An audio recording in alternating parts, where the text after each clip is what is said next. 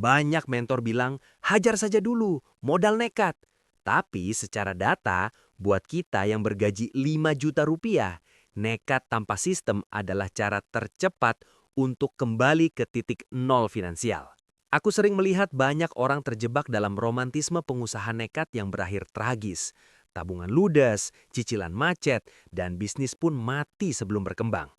Kita harus bicara jujur, kamu tidak bisa membangun imperium bisnis di atas fondasi keuangan yang rapuh. Mari kita bedah realitanya secara matematis. Jika gaji kamu 5 juta rupiah per bulan, besar kemungkinan biaya hidup esensial kamu, mulai dari kos, makan, hingga transportasi, berada di angka 3.500.000 sampai 4 juta rupiah. Artinya, peluru yang kamu miliki untuk ditabung atau dijadikan modal hanya berkisar 1 juta hingga 1,5 juta rupiah per bulan. Disinilah jebakan itu muncul. Banyak orang terpapar konten motivasi yang menyuruh mereka untuk all in. Mereka mengambil tabungan yang sudah dikumpulkan selama 2 tahun, katakanlah 20 juta rupiah, lalu langsung menyewa ruko dan stok barang tanpa riset yang mendalam. Logikanya sederhana, kalau tidak berani rugi, tidak akan untung. Tapi faktanya, menurut data statistik, sekitar 20% bisnis baru gagal di tahun pertama, dan 50% akan tumbang di tahun kelima. Bagi seseorang dengan gaji 50 juta rupiah, kehilangan 20 juta rupiah mungkin hanya gangguan kecil di cash flow bulanan. Tapi bagi kamu yang bergaji 5 juta rupiah, kehilangan 20 juta rupiah berarti kehilangan masa kerja keras selama 20 bulan. Itu adalah 2 tahun hidupmu yang menguap begitu saja. Kenapa nekat tanpa sistem itu berbahaya? Karena saat bisnis kamu mulai goyah, kamu tidak memiliki safety net. Aku melihat pola yang sama berulang kali. Saat stok barang tidak laku, kamu mulai menggunakan uang gaji yang seharusnya untuk bayar listrik demi menutupi operasional bisnis. Akhirnya, terjadilah kanibalisme finansial. Bisnis kamu memakan biaya hidupmu dan biaya hidupmu menguras potensi pengembangan bisnis. Inilah yang aku sebut sebagai survival mode trap. Ketika kamu panik karena tabungan menipis, keputusan bisnis yang kamu ambil biasanya tidak lagi objektif. Kamu akan mulai diskon gila-gilaan hanya demi cash, atau malah mengambil pinjaman online dengan bunga tinggi untuk menyelamatkan bisnis yang sebenarnya modelnya memang belum matang. Ini bukan lagi berbisnis, ini adalah perjudian dengan masa depan kamu sendiri sebagai taruhannya. Kita perlu mengubah mindset dari hajar saja menjadi hajar dengan perhitungan. Memiliki impian untuk punya bisnis itu bagus, tapi membangun bisnis saat kamu masih bergantung pada gaji bulanan membutuhkan strategi yang jauh lebih presisi. Kamu tidak boleh hanya bermodal semangat, kamu butuh strategi capital splitting yang akan kita bahas tuntas di video ini. Sebelum kita masuk ke teknis bagaimana membagi uang 5 juta tersebut agar bisnis jalan tapi perut tetap kenyang, pastikan kamu sudah klik tombol subscribe di bawah. Di channel Arah Bisnis, aku akan bantu kamu menavigasi dunia entrepreneurship dengan data dan realita. Bukan hanya janji manis, supaya kamu benar-benar bisa mencapai financial freedom yang berkelanjutan.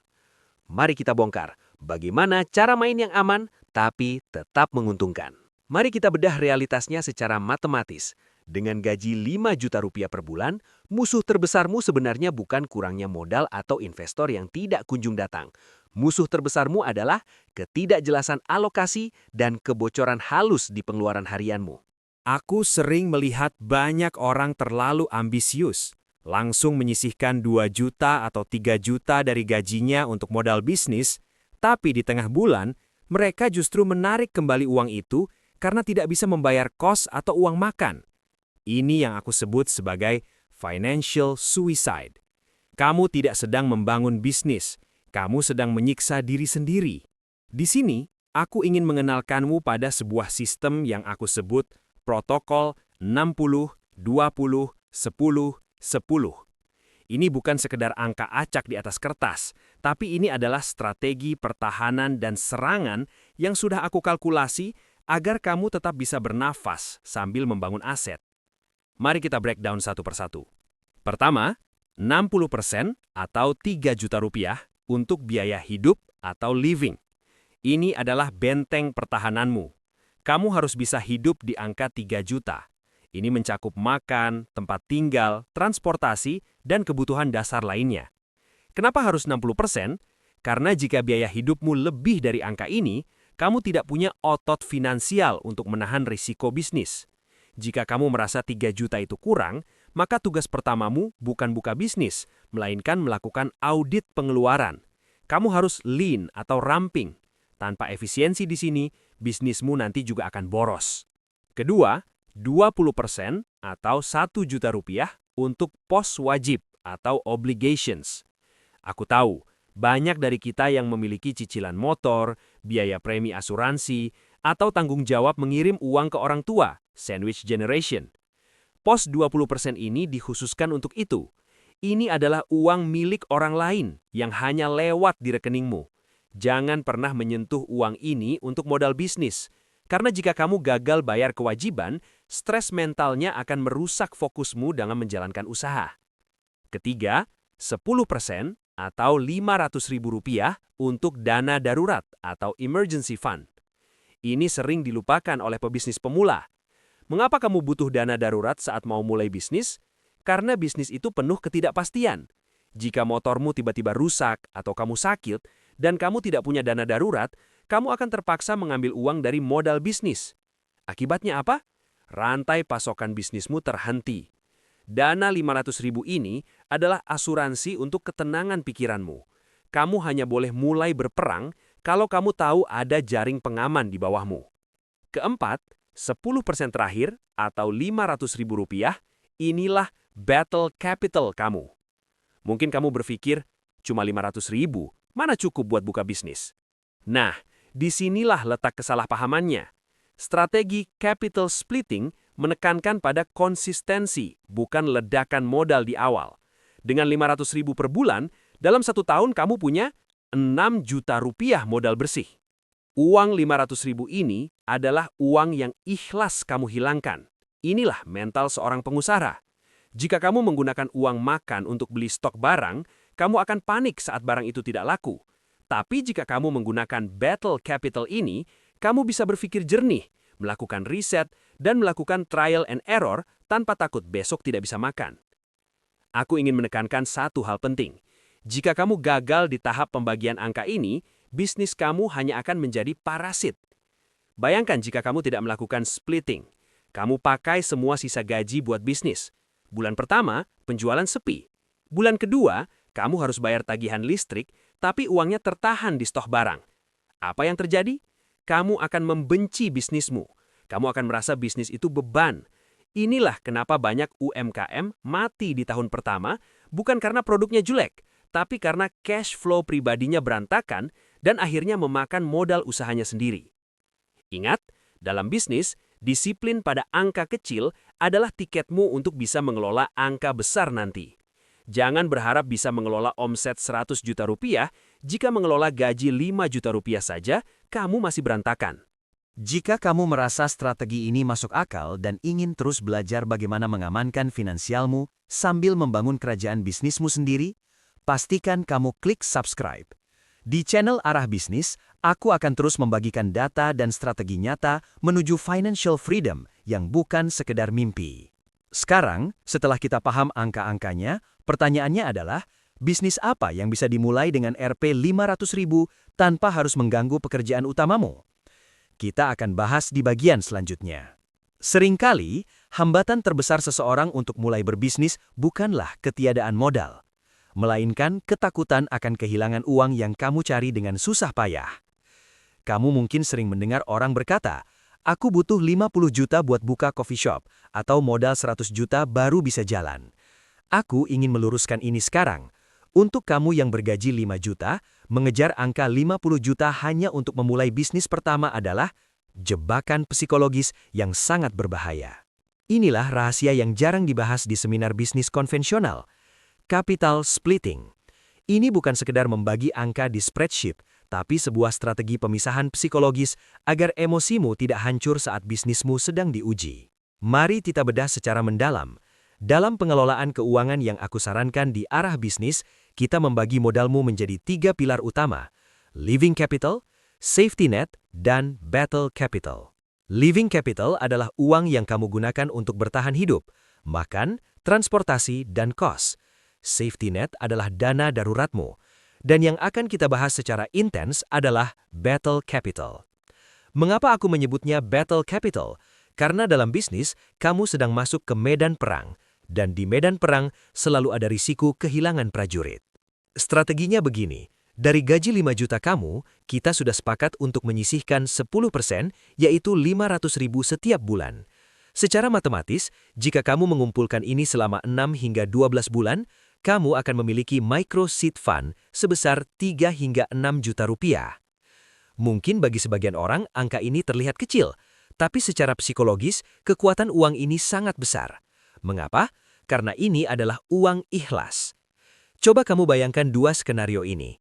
Skenario pertama, kamu meminjam uang 10 juta atau mengambil seluruh tabungan daruratmu untuk bisnis. Begitu bulan pertama belum profit, kamu akan panik. Detak jantungmu meningkat. Kamu mulai mengambil keputusan yang ceroboh, dan mungkin kamu akan mulai memotong kualitas produk hanya demi menutupi biaya hidup. Kamu memimpin bisnis dengan rasa takut. Sekarang, lihat skenario kedua dengan capital splitting. Kamu memulai bisnis dengan micro seed fund sebesar 3 juta yang sudah kamu kumpulkan dengan sabar selama 6 bulan. Kamu tahu bahwa jika uang 3 juta ini habis atau bisnis ini gagal total, kamu tetap bisa makan besok pagi. Kamu tetap bisa membayar kos. Living capital dan safety net kamu tetap utuh, tidak tersentuh sedikit pun. Secara psikologis, ini memberikan kamu emotional edge atau keunggulan emosional. Kamu bisa berpikir jernih. Kamu tidak akan panik saat bulan pertama belum ada profit, karena kamu sudah melatih mentalmu selama 6 bulan saat menyisihkan uang itu bahwa ini adalah uang yang siap dibakar untuk proses belajar. Di dunia startup, ini sering disebut sebagai burn rate, tapi dalam skala UMKM, kita menyebutnya biaya kuliah bisnis. Data menunjukkan bahwa banyak bisnis kecil tumbang di tahun pertama bukan karena model bisnisnya buruk, tapi karena pemiliknya kehabisan nafas secara finansial dan mental. Mereka mencampur adukan uang dapur dengan uang dagang. Dengan capital splitting, kamu memutus rantai stres tersebut. Kamu harus paham bahwa 500.000 yang kamu kumpulkan tiap bulan itu adalah bentuk disiplin. Jika kamu tidak mampu mendisiplinkan diri mengelola 500.000 selama 6 bulan, aku berani jamin, kamu juga tidak akan mampu mengelola modal 50 juta dengan benar. Masa 6-12 bulan pengumpulan modal ini sebenarnya adalah masa inkubasi mental bagi kamu. Jadi, alih-alih bermimpi punya 50 juta yang entah kapan terkumpulnya, mulailah dengan micro seed fund ini. Dengan 3-6 juta, kamu sudah bisa melakukan validasi pasar. Kamu bisa mulai berjualan dropship dengan stok terbatas, membuka jasa secara online dengan tools premium, atau bahkan mulai memproduksi barang skala kecil dari rumah. Tujuannya di tahap ini bukan langsung jadi miliarder, tapi untuk membuktikan bahwa modal bisnismu bekerja. Jika dengan modal 3 juta dari Battle Capital ini kamu bisa menghasilkan profit 500.000 saja, itu artinya kamu sudah berhasil melakukan proof of concept. Kamu sudah naik kelas dari sekedar karyawan menjadi seorang entrepreneur yang memiliki sistem. Ingat, pertumbuhan kekayaan itu adalah maraton, bukan sprint. Strategi capital splitting ini memastikan kamu tetap berada dalam perlombaan, bahkan jika kamu sesekali terjatuh. Kalau kamu merasa strategi alokasi Battle Capital ini membuka sudut pandang baru buat kamu dalam membangun bisnis yang aman secara mental, jangan lupa untuk klik subscribe. Di channel Arah Bisnis, aku berkomitmen untuk memberikan strategi yang realistis dan berbasis data untuk membantumu mencapai financial freedom tanpa harus berjudi dengan nasib. Nah, sekarang kita sudah punya modal Battle Capital sebesar 3-6 juta hasil menabung 500.000 per bulan. Pertanyaan besarnya, dengan uang segitu, bisnis apa yang paling masuk akal untuk dijalankan bagi pemula tanpa harus resign dari kantor? Kita akan bedah daftar bisnisnya satu persatu. Jeda lama? Di bagian selanjutnya. Mari kita bedah sebuah simulasi yang sangat krusial agar kamu bisa melihat dengan jernih bedanya antara nekat dan strategis. Aku ingin kamu membayangkan dua karakter ini, si nekat dan kamu sebagai si strategis. Keduanya punya kondisi awal yang sama, yaitu tabungan sebesar 10 juta rupiah yang dikumpulkan dengan susah payah dari sisa gaji 5 juta setiap bulannya. Pos. Pertama, kita lihat si nekat. Dia memiliki pola pikir go big or go home. Dia merasa kalau modalnya kecil, untungnya pun kecil. Akhirnya si nekat memutuskan untuk menyuntikkan seluruh tabungannya 10 juta rupiah sekaligus untuk menyewa lapak dan menyetok barang fisik tanpa riset pasar yang mendalam. Dia terjebak dalam euforia awal. Bulan pertama, si nekat merasa seperti pengusaha besar. Namun masuk bulan kedua, realitas mulai berbicara. Penjualan tidak sesuai target, stok barang menumpuk, dan biaya operasional terus berjalan. Karena seluruh uangnya sudah tertanam di stok, dia tidak punya cadangan kas. Masalahnya mulai merembet ke kehidupan pribadi. Dia mulai pusing karena tidak bisa membayar kos dan tagihan listrik. Di titik ini, fokus si nekat hancur. Dia tidak lagi memikirkan strategi marketing, tapi memikirkan besok makan apa. Akhirnya dia terpaksa menjual rugi atau clearance sale semua asetnya dan kembali bekerja dengan rasa trauma terhadap bisnis. Inilah yang aku sebut sebagai the point of no return. POS. Sekarang mari kita bandingkan dengan skenario kamu, si strategis. Kamu mengikuti prinsip capital splitting yang sudah kita bahas. Dari tabungan 10 juta, kamu hanya mengalokasikan micro seed fund sebesar 3 juta rupiah saja untuk memulai. Nah, jadi kamu mulai dengan skala kecil, mungkin dengan sistem pre-order atau dropship yang ditingkatkan kualitasnya, atau jasa yang tidak padat modal. Tujuannya di tahap ini bukan langsung jadi miliarder, tapi untuk membuktikan bahwa model bisnismu bekerja. Jika dengan modal 3 juta dari Battle Capital ini kamu bisa menghasilkan profit 500.000 saja, itu artinya kamu sudah berhasil melakukan proof of concept. Kamu sudah naik kelas dari sekedar karyawan menjadi seorang entrepreneur yang memiliki sistem. Di bulan kedua, katakanlah strategimu belum berhasil. Produkmu kurang diminati pasar. Namun, perhatikan perbedaannya. Kamu tetap tenang. Kenapa? Karena di rekening bank kamu masih ada 7 juta rupiah sebagai bantalan atau buffer. Kamu tidak pusing soal uang kos atau makan, karena dana darurat kamu aman. Karena kamu tenang, otakmu bisa berfungsi secara optimal untuk melakukan analisis data. Kamu punya ruang bernafas untuk melakukan pivot atau mengubah strategi. Kamu bisa berkata, oke, produk A gagal. Mari kita coba produk B dengan sisa modal yang ada. Kamu tidak sedang bertaruh dengan nasib, tapi kamu sedang membeli data dan pengalaman dengan risiko yang terukur. Secara matematis, si nekat menghadapi risiko kegagalan 100% dari total kekayaannya dalam satu kali percobaan. Sedangkan kamu, dengan pembagian modal ini, kamu punya setidaknya 3 kali kesempatan untuk gagal dan belajar sebelum modalmu benar-benar habis. Dalam dunia investasi, ini disebut sebagai meminimalkan risk of ruin atau risiko kehancuran total. Disinilah letak perbedaan fundamental antara pengusaha yang bertahan hingga sukses atau survivor dan mereka yang sekedar pernah mencoba lalu kapok. Pengusaha sukses bukan mereka yang berani mengambil risiko paling besar, tapi mereka yang paling ahli dalam mengelola risiko tersebut agar tetap bisa bermain di hari esok. Jangan sampai niat baikmu untuk memperbaiki finansial justru menjadi lubang hitam yang menghancurkan tabungan yang sudah kamu kumpulkan bertahun-tahun.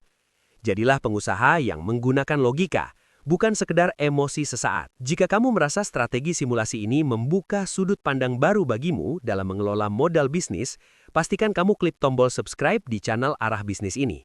Aku akan terus membagikan strategi-strategi tajam lainnya untuk membantumu mencapai financial freedom dengan cara yang masuk akal dan terukur. Nah, setelah memahami mentalitas ini, muncul pertanyaan baru.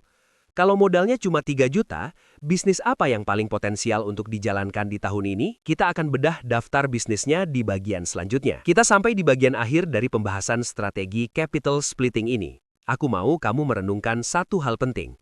Bisnis itu bukan soal seberapa berani kamu melompat ke jurang ketidakpastian, atau seberapa nekat kamu mengundurkan diri dari pekerjaan tetapmu demi sebuah ide. Sebaliknya, bisnis yang berkelanjutan adalah tentang seberapa kuat jaring pengaman finansial yang kamu buat di bawahnya sebelum kamu memutuskan untuk berakrobat. Banyak orang gagal bukan karena ide bisnis mereka buruk, tapi karena mereka tidak memiliki jaring pengaman finansial yang cukup kuat untuk menahan benturan saat realitas pasar tidak sesuai dengan ekspektasi. Gaji 5 juta rupiah yang kamu terima setiap bulan bukanlah penghalang untuk menjadi pengusaha sukses. Justru ini adalah laboratorium pribadi kamu untuk mengasah kedisiplinan capital management. Kenapa aku bilang begitu? Karena mengelola uang dalam jumlah kecil dengan keterbatasan yang ada justru jauh lebih menantang daripada mengelola uang besar. Jika kamu bisa disiplin menyisihkan 10% atau Rp500.000 setiap bulan dengan protokol capital splitting yang sudah kita bahas tadi, maka secara psikologis dan teknis, kamu sedang membangun fondasi mental seorang CEO. Bayangkan seperti ini.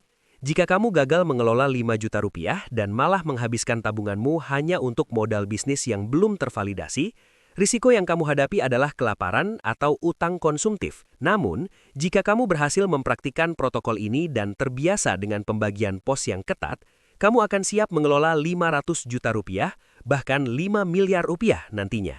Prinsipnya tetap sama, hanya jumlah nolnya yang bertambah. Disiplin pada angka kecil adalah syarat mutlak untuk dipercaya mengelola angka yang besar. Aku ingin kamu mulai mengumpulkan apa yang aku sebut sebagai battle capital hari ini. Jangan terburu-buru, kumpulkan secara perlahan, pelajari pasarnya, dan siapkan amunisimu. Strategi ini mungkin terlihat lambat di awal, tapi ini adalah gerakan yang mematikan karena kamu bergerak tanpa beban ketakutan akan kehilangan segalanya. Kamu berbisnis dengan pikiran yang jernih karena dapurmu tetap ngebul dan tabungan utama tetap aman. Aku sangat percaya kamu bisa membangun imperium bisnismu sendiri dari dasar, asalkan kamu tidak hanya mengandalkan intuisi atau semangat yang meledak-ledak di awal saja. Bisnis adalah permainan angka. Kamu akan menang asal kamu punya datanya, tahu persentasenya, dan setia pada sistem yang sudah kamu buat. Kalau kamu merasa simulasi dan strategi ini membuka sudut pandang baru bagimu dalam mengelola modal bisnis, pastikan kamu klik tombol subscribe di channel Arah Bisnis ini. Aku akan terus membagikan strategi-strategi tajam, data-data terbaru, dan analisis mendalam lainnya untuk membantumu mencapai financial freedom dengan cara yang masuk akal, terukur, dan tentu saja berkelanjutan. Sampai jumpa di pembahasan strategi bisnis selanjutnya. Ingat, kelola datamu, bangun bisnismu.